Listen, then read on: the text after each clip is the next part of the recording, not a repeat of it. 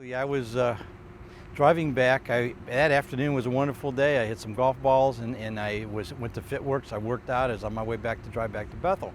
And as I went through Amelia, I stopped and got some vitamins and I got some free samples over there. It felt terrific. I got to Bethel and I made a right turn to go towards State Route 133 going south. And with about 200 yards of the light, with traffic light, which I could see, I felt a little bit upset. No pain or whatever, and suddenly within about 20 seconds, I was totally blacked out. That evening we were dispatched for a motor vehicle collision, car versus power pole, wires down.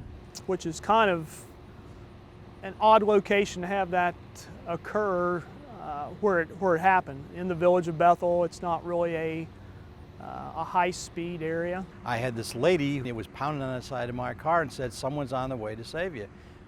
He was entrapped in his car. With the way his car was positioned, with the wires down, the pole down, and against the building. First of all, we were going to have to cut him out of the car to get him out safely.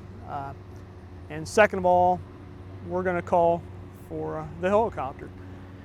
We collectively had decided that he was bleeding internally. At that point, we weren't real sure from where, but we had a pretty good idea that he was bleeding internally. And we did what we could to get him extricated with as little movement as possible.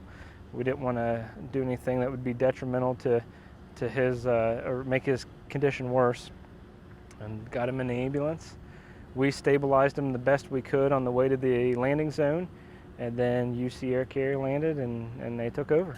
And they called the right helicopter crew because I needed blood and plasma aboard. We're bringing blood products and plasma to the scene, which we're really blessed to be able to do thanks to our relationship with Hawksworth Blood Center.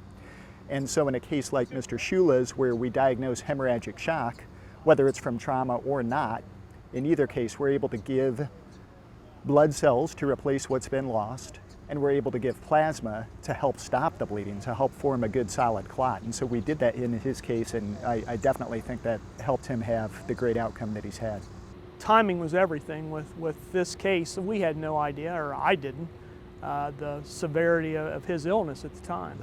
At Air Care, we're very unique in that on every flight mission that we do, we're bringing either a physician or a nurse practitioner along with a very experienced flight nurse, which in America is a very rare crew configuration to have that much experience and that much of a medical knowledge base coming with you to the scene.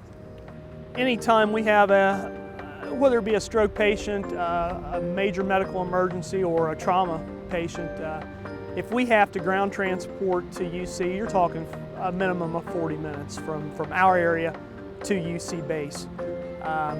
Air Care is so important to us. Between our fire department, our police department, UC helicopter squad, and getting me to the hospital, just all the pieces had to be in place. Otherwise, I wouldn't be alive today.